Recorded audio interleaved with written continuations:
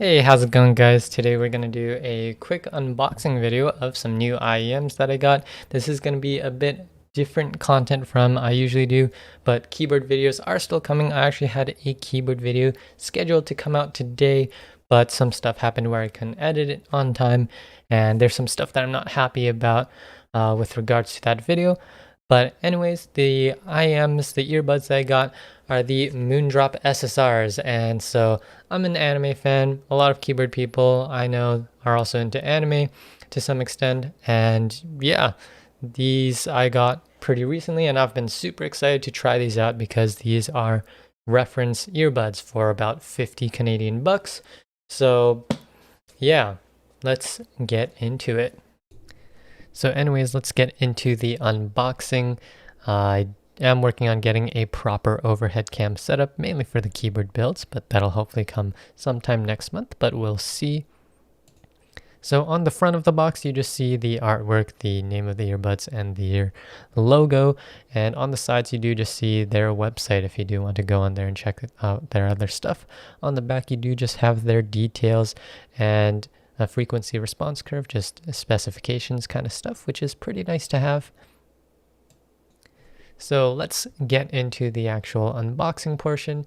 Popping the box open, we do see the earbuds right away. I did get them in a pink color, and these also come in a kind of mint green color, a white, and a kind of gunmetal color, where instead of the gold accents, you get black ones. And right away, I noticed that the finish is glossy, where I honestly expected them to be matte, but no big deal. These are pretty tiny, so probably not going to be an issue later down the line. So pulling out these earbuds is kind of a pain. I don't know, they're in there really tight. One thing I did notice here is that they don't come with ear tips on them stock, which is a little bit weird. I feel like most earbuds will come with the medium-sized tips on there, but yeah, I guess that's just how these are. So pulling out everything, there's a little accessory pouch, and the foam just comes off completely, giving you access to the cables and any documentation. The cable does have kind of that like the point where the cable splits off into the different sides. It has a pretty large portion there. It has a QC card, a QR code, and a product introduction, which I didn't bother looking through any of this because they're earbuds and they just plug in through a 3.5mm jack. The documentation is for the SSR and SSP, where the SSP is a bit more bass boosted. Let's look into the accessory kit now.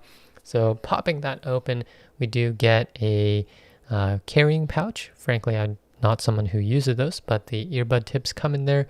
The material itself is kind of like a fake leather, pretty similar to what you'd get with probably other earbuds that are similarly priced. And if you've ever bought a microphone that comes with a pouch, it's a pretty similar material. That said, looking at the earbud tips, I'm frankly probably not going to ever use them because I personally prefer the SpinFit tips. They're aftermarket earbud tips, which I really enjoy. I use them on all my earbuds, and they just fit and seal really nicely in my ears. So honestly, I'm just going to forego the stock earbud tips. Yes, that might change how I hear these earbuds, but they're just going to be a lot more comfortable and they're going to fit properly. Whereas with most stock ear tips, they're a little too stiff for me to get a proper seal. On the cable, it does end in a right angle connector, which I personally don't like, but I can see where it could be handy. I don't like it because on my interface, I prefer straight jacks instead. Just kind of cleans up the look a bit. But the cable itself is just two wires kind of covered up in this plastic sheathing. And it is a little sticky, but it's nothing all that annoying. It does come Velcro wrapped, but it's not actual like cable management that you can use on the day-to-day. But I don't see why you'd need that because the cable's only about a meter long, which is more than enough for daily use if you use it on the go. But it's just something to note, especially if you're going to use it at your desk, right? If you have to reach all the way to the back of your computer, if you don't have like an interface or anything like that, that can be an issue. I did also notice that these earbuds are very small compared to my ZSTs, and also even the AKG earbuds that used to come with Samsung phones, which some people might be more familiar with.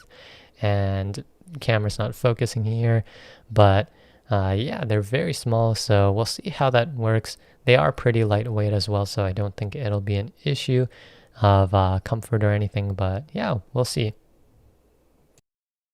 So let's get into my impressions. So let's start off with comfort.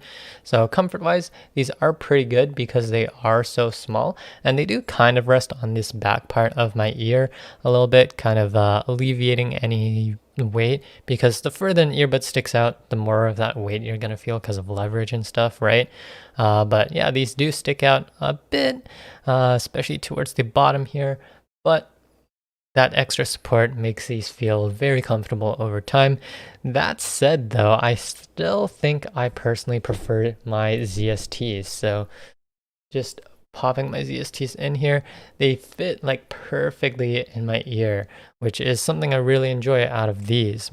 But these I don't have any issue with because, again, they're so small and quite lightweight despite being metal.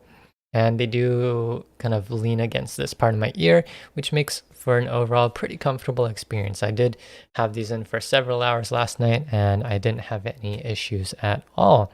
And with the cable, I do find that I do have to pull the cable quite far forward for these earbuds to sit comfortably, which can be annoying because when the cable gets tugged on, it kind of pulls at my ear around here, which can get a little bit annoying.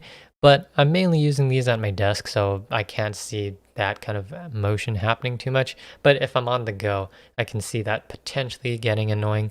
But yeah, I do think I have small ears. I don't know what an average ear size is. But yeah, maybe if you have big ears, it's going to be less of an issue. I'm not 100% sure. With these types of earbuds where they do kind of wrap around your ear and kind of nestle in there, it is very much on an individual basis, right? So yeah, that's just my experience with these. It'll be completely different for you probably. So let's get into my listening impressions. These did sound very flat, especially compared to my ZSTs, which do have a bit of a bump in the bass frequencies. But these do still have a tiny, tiny bit of coloration, which I personally didn't notice too much because, again, I'm coming from something a little bit more bassy. But yeah, with most types of music, these sounded great. So the only types of music that I feel sounded lacking were electronic music, but it's because in those genres, I do really like having that punch of the bass, which you're not going to get with these. But with things like games as well, podcasts, watching videos, movies, all that, these do sound very good. I like that it's not overwhelming in any like frequency where nothing sounds muddy. Everything sounds very clear. Listening to music, I could make out like different instruments very easily. Whereas with other IEMs, it can be a little overwhelming and I can lose some of that detail, which I really appreciate about these.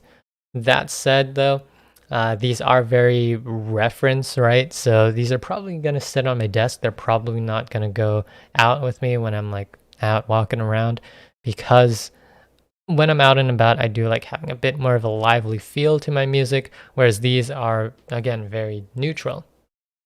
Anyways, that's going to do it for my impressions. I'm going to leave it pretty short because I've only had these for about 6 hours, right? And impressions can change. And yeah, I didn't want to make this into a full-on review as I've only had them for 6 hours. Anyways, let's start wrapping this video up here. I really like these IEMs. I really like the sound signature, and getting that in a 35 American dollar or 50 Canadian dollar package is pretty wild. But the IEM game has been changing quite a bit with the rise of companies like KZ, Blonde, Moondrop. You're getting a lot of great value IEMs that are delivering honestly amazing sound for the price bracket they're hitting.